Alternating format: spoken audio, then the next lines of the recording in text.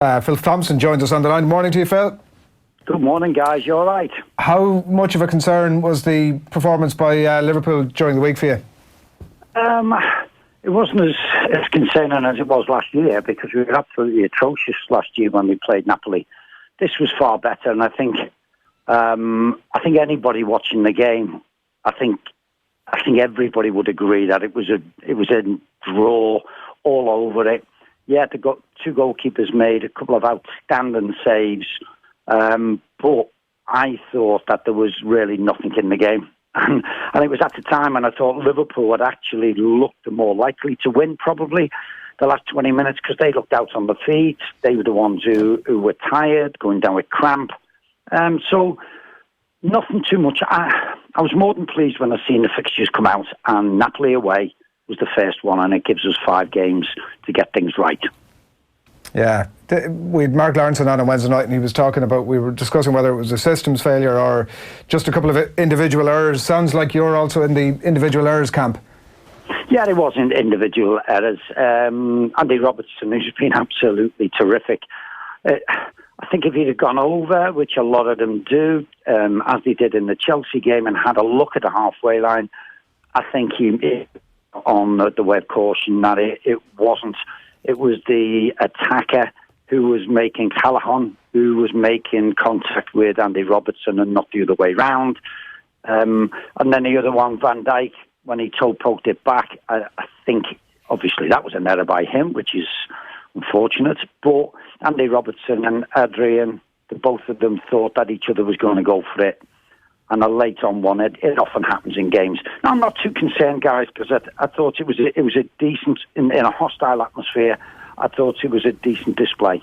And Liverpool created chances and missed a lot of chances. And one of the big ones, Phil, was that opportunity at the end on the breakaway where Sadio Mane has the opportunity to slide it through to Mo Salah, overhits the pass. Like, you see Liverpool finish off those opportunities 99 times out of 100. But in the context of what's been going on between Mane and Salah, obviously people read a little bit more into it, and there was obviously the issue after the Burnley game where Mane really wasn't happy with Salah not passing him the ball, and whether there were opportunities where Salah was being a little bit greedy. Like, would you have any concerns that there is some sort of a breakdown in trust between Mane and Salah? I think at the initial time there was, but being in dressing rooms, being part of this kind of thing, you get over it. And it's a little tantrum, your heart's beating a bit faster, you're a little bit angry about what's happened. But I do think it had an impact on that particular incident, because I think Sadio going through, I do think he should have gone straight for goal, because with his pace, it took him straight in. But listen, it was quite good defending, because the lad has got 2-on-1. So he's putting himself in between, and he's saying, right, what do we do? Trying to make it so that I'm going to try and get him to put in my favour, which is where he wanted to go, because it was a pass to Salah, and he overhit it. And that was a problem on the night, guys, that I thought Liverpool's final ball on the night was absolutely dreadful. The final touch around the box and in the box was absolutely dreadful. But I don't think anything like that has to do with the spat that Salah and Mane had. But that particular incident, I think, because he had a little bit of a time to think, it went through his mind, and I have to pass it to Mo. I've got to give it to Mo because of all this talk, and he overhit it. Yeah, like it obviously can be a very positive thing that you have players on the pitch calling each other to account, but on the other hand, there was that incident, there was Henderson, and it might have been Mane at one point as well. They were having a similar go at each other. Van Dijk was certainly pretty tetchy, I suppose, to put it that way. It can be something that also can seep into a culture of a football team in a negative sense. It could do. Listen, if we're nitpicking at little things like this, the superb start, we could, on the flip side, this is sort of one defeat, which, as I say, I think a draw would have been easily a fair result. Both sides would have accepted that.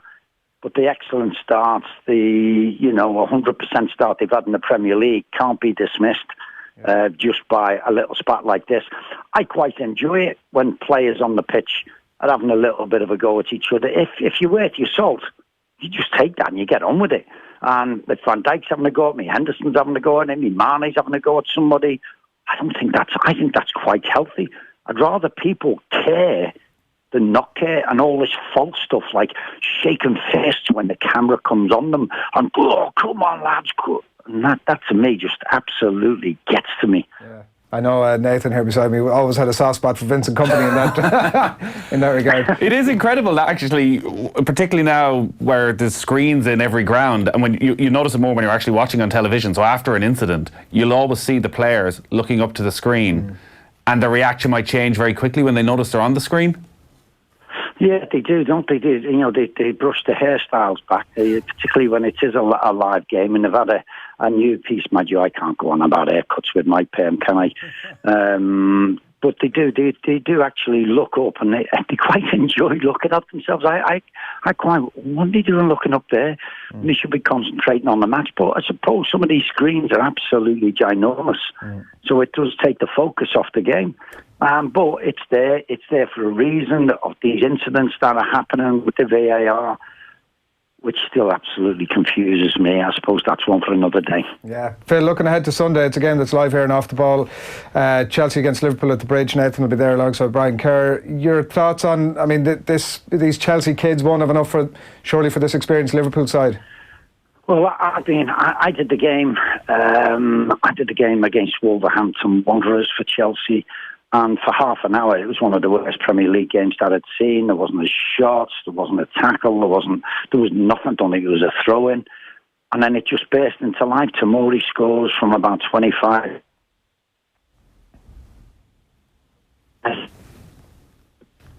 Yeah, it seems like we might have lost our connection to Phil Thompson there. We'll see if we can get Phil back in the line. It does look as if everything is in Liverpool's favour, I would think, on Sunday. Yeah, you look at it on all recent form and the way the two teams set up. In fact, you look at this and Liverpool will be licking their lips at the way Chelsea play, that they won't sit back, that Frank Lampard doesn't seem to have that tactical side. I think it's a lot of pressure actually on Frank Lampard in this game to go and prove himself that he can set up the team defensively, because you can't do anything else. If they go and try and match Liverpool and beat them in a game of football, they could find themselves getting absolutely battered. What do you think, Phil? Yeah, I think it's the way of. I think Frank's a little bit confused. Starts off with four at the back. Really, they weren't good enough in that respect, and then he changed to go like for like against Wolves. And it worked. He had a very, very good performance. And he stuck with that in midweek. And to me, still does not. That defence is not good enough. Rudiger is the best defender, and he's not good enough. And you're quite right. He wants players to change. Kovacic and Jorginho, who are normally sort of defensive, he wants them to go forward. Frank is demanding them to change the way they play. I do think it'll play into Liverpool's hands, and they're at home. They have to go and attack Liverpool. Yeah, and your expectations for the outcome?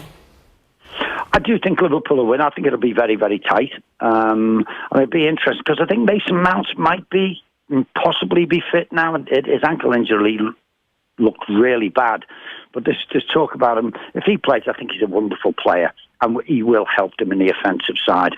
But I do think Liverpool will come out winners 2-1. Yeah, all right, Phil, thanks a million for taking the call, as always. Thanks, guys. My pleasure. Cheers. Phil Thompson on the line there ahead of that Chelsea-Liverpool game at the weekend. There's been a lot of chatter about the touchiness between some of those Liverpool players, and you were talking in detail about the Mane, Salah, spat.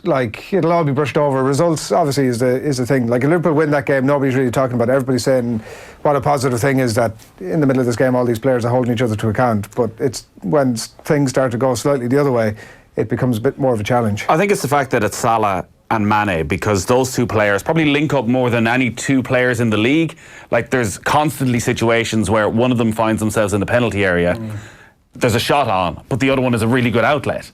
And you don't want what happened the last night where, as Phil says, and he thinks that it almost got into Sadio Mane's head of the right thing for Sadio Mane to do is just put on the afterburners, fly around the defender and take the shot on. But in his head, I've just made this huge incident of him not passing me the ball. I better pass him the ball, and he overhits it in the end.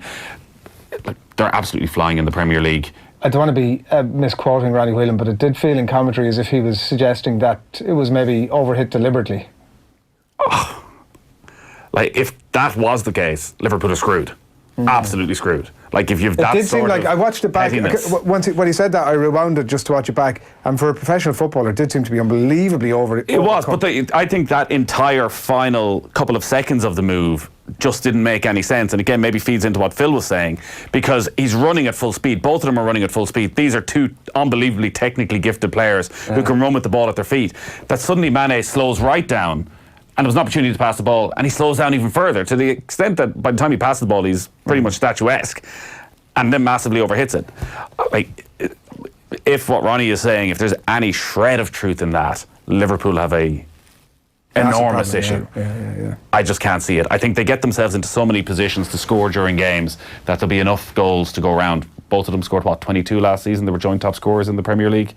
You wouldn't be surprised if it was something similar. But there was chat at the end of last season as well, wasn't there? When one or the other of them had got in a goal at some point. The other one was maybe a bit more free, and they were like, "Ooh, does he pass it or does he hang on?" But they've always been like that. That's the point, that Liverpool probably create more chances than any other side, and those two are always in positions because of the way they play, cutting in from the two sides. You'll see Salah cutting in from the left, loves to bend it in with his left foot. We're actually just playing the slide rule ball across to Mane might be the better option, but it's Mo Salah, who can smack them in from there. What's going to happen is in about 20 years, you're going to have two forwards who've played for a high-profile club having a high-profile public spat about how they never really got on, and one of them wasn't really trying. That's my prediction. Well, there's certainly no precedent for such a thing happening.